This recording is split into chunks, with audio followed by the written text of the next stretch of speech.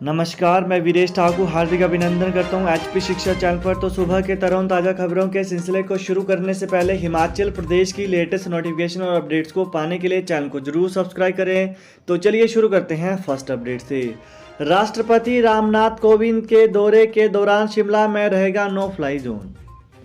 राष्ट्रपति रामनाथ कोविंद के हिमाचल प्रदेश की राजधानी दौरे के दौरान शिमला नो फ्लाई जोन में तब्दील रहेगा। इस दौरान विमानों के अलावा ड्रोन के उपयोग को लेकर भी पाबंदी रहेगी। वहीं फिलहाल के कार्यक्रम के अनुसार राष्ट्रपति दिल्ली से विशेष विमान से चंडीगढ़ आएंगे। यहां से सेना के हेलीकॉप्टर के जरिए शिमला पहुंचेंगे। मौसम को देखते हुए राष्ट्रपति निवास रिट्रीट के नज़दीक स्थित कल्याणी हेलीपैड के अलावा अन्नाडेल और जुबड़हट्टी में हेलीकॉप्टरों की लैंडिंग के लिए व्यवस्था की जाएगी। सेना ने सुरक्षा के लिहाज से तीनों ही हेलीपैड का नियंत्रण अपने अधीन ले लिया है। डूबने से पहले युवक ने इंस्टाग्राम पोस्ट लिखा, माँ पापा का ख्याल रखना, मेरी रूह आपके बीच रहेगी।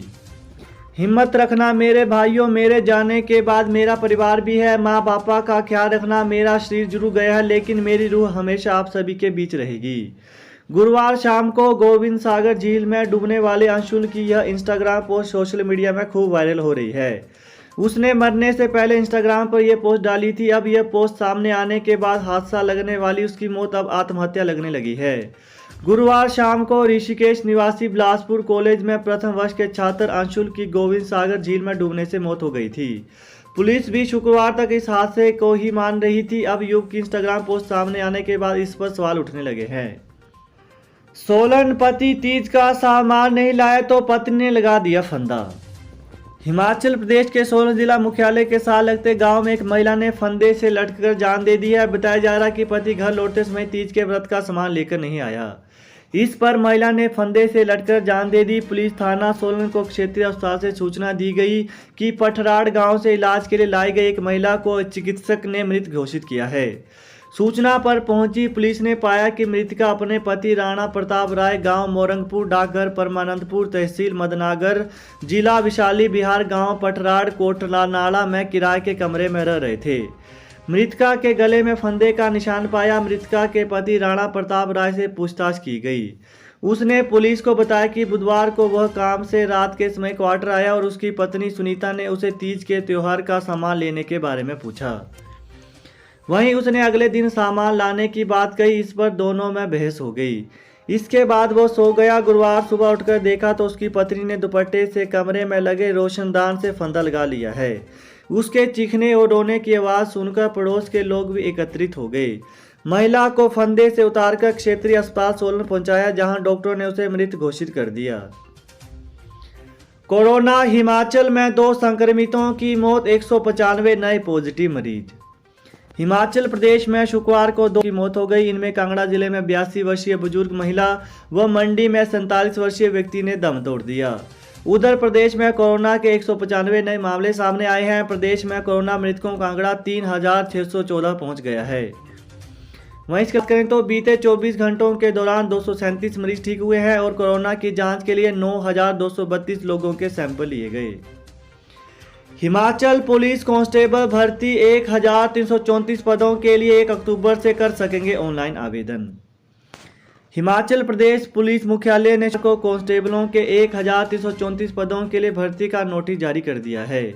1 से 31 अक्टूबर के बीच ऑनलाइन आवेदन स्वीकार किए जाएंगे। ऑनलाइन आवेदन www.recruitment.hppolice.gov.in पर किए जा सकेंगे।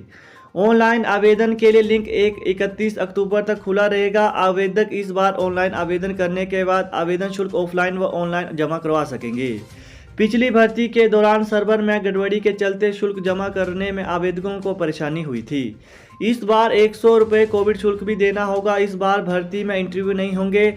कुल 1334 पदों में 932 पुरुष और 311 महिला कांस्टेबल के अलावा 91 पुरुष चालक कांस्टेबल के पद में शामिल हैं।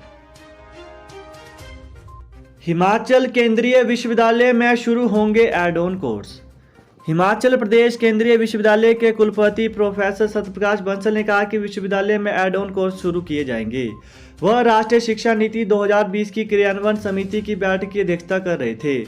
राष्ट्रीय शिक्षा नीति कार्यान्वयन समिति के अध्यक्ष प्रोफेसर मनोज कुमार सक्सेना भी मौजूद रहे। शिमला लंबे अरसे बाद 4 कक्षाओं के लिए स्कूल बैग का टेंडर फाइनल। लंबे अरसे बाद आखिर शुक्रवार को स्कूल बैग का टेंडर फाइनल हो गया है। इस बार 8 कंपनियों ने टेंडर में भाग लिया था। स्कूल बैग में पहली बार शामिल हुई कंपनी को टेंडर दिया गया है। दिल्ली की कंपनी का रेट सबसे कम पाया गया। 2 महीने के भीतर कंपनी को सप्लाई देने को कहा गया है। हिमाचल प्रदेश के पहली, तीसरी, छठी और 9वीं कक्षाओं के विद्यार्थियों को स्कूल बैग दिए जाने हैं। खाद्य आपूर्ति निगम ने कंपनी को 2 महीने के भीतर स्कूलों में सप्लाई देने का टारगेट किया है। कांगड़ा कंदरौड़ी में 300 बीघा भूमि पर स्थापित होंगे फार्मा उद्योग, 5000 को मिलेगा रोजगार। कांगड़ा जिले के कंदरौड़ी में 300 बीघा जमीन पर फार्मा उद्योग स्थापित होंगे। सरकारी स्तर पर इसकी तैयारियां शुरू कर दी गई हैं। 15 सितंबर को प्रदेश सरकार के वरिष्ठ अधिकारी नई दिल्ली में निवेशकों से मुलाकात कर सकते हैं। मुख्यमंत्री जयराम भी इस इन्वेस्टर्स मीट में शामिल हो सकते हैं। फार्मा उद्योग स्थापित होने से प्रदेश के 5000 से ज़्यादा लोगों को रोजगार मिलेगा। वहीं सिरमौर में करीब 15 बीघा जमीन पर फूड प्रोसेसिंग यूनिट भी लगाने की तैयारी है। हिमाचल में नए वेतन आयोग में कर्मचारी पेंशनरों को देने पड़ेंगे 10,000 करोड़। हिमाचल में नया वेतन आयोग देने के लिए हिमाचल सरकार पर 10,000 करोड़ से ज़्यादा की देनदारी बन रही है। वेतन आयोग लागू होने से पहले वित्त विभाग ने इसकी देनदारी का प्रारंभिक आकलन पूरा कर लिया है। विभाग की इंटरनल कमेटी को यह काम दिया गया है। इस पर अभी मंथन जारी है। राज्य के 4.15 लाख कर्मचारियों और पेंशनरों को नया पे कमीशन मिलना है। एरियर और देनदारी की राशि ज़्यादा इसलिए बनी है क्योंकि पेंशन कंप्यूटेशन और DCRG यानी ग्रेजुएटी बढ़ गई है। बेसिक पे का बेस बढ़ने के कारण पेंशन की देनदारी बढ़ेगी। वहीं जबकि DCRG का भी नए वेतन आयोग में 10 लाख से बढ़कर अब 20 लाख कर दिया गया है। सरकार को 1 जनवरी 2016 से नया वेतन आयोग देना है। इस देनदारी को कम करने के लिए अब तक 153% DA और 21% ICR यानी अंतरिम राहत का भुगतान राज्य सरकार ने कर्मचारियों को किया है, जबकि DA 189% हो गया है। वहीं इसके अलावा बात करें तो नए वेतन आयोग पर DA 28% दिया है और पंजाब ने भी 17% दे दिया है। हालांकि हिमाचल को अभी नए वेतन आयोग में DA मर्ज करने के बाद इस पर आगे का फैसला लेना है। इसके अलावा बात करें तो दरअसल 25 सितंबर को प्रस्तावित JCC की बैठक में वेतन आयोग पर मुख्यमंत्री जयराम ठाकुर कोई भी घोषणा कर सकते हैं। यही कारण है कि वित्त विभाग को जल्द अपना आकलन पूरा कर रिपोर्ट देने को कहा गया है। इसके अलावा बात करें तो नए वेतन आयोग का लाभ बोर्ड निगमों के कर्मचारियों को भी मिलेगा। बेशक विभागों के रेगुलर कर्मचारियों के बाद मिले, लेकिन मिलेगा जरूर। बोर्ड निगम अपने लिए ग्रांट की मांग सरकार से करेंगे और जिनकी अपनी क्षमता है वो खुद इसे लागू कर सकेंगे। हालांकि अनुबंध कर्मचारियों को नए वेतन आयोग से कोई सीधा लाभ नहीं होगा। इन्हें रेगुलर होने पर ही इसका लाभ मिलेगा। यह बात अलग है कि सरकार अनुबंध के लिए भी बाद अपने आदेशों में संशोधन करे। तो यही थी हिमाचल प्रदेश की सुबह की ताज़ा खबरें। तो हिमाचल प्रदेश की लेटेस्ट नोटिफिकेशन और अपडेट्स को पाने के लिए चैनल को जरूर सब्सक्राइब करें। Thanks for watching. जय हिंद, जय हिमाचल।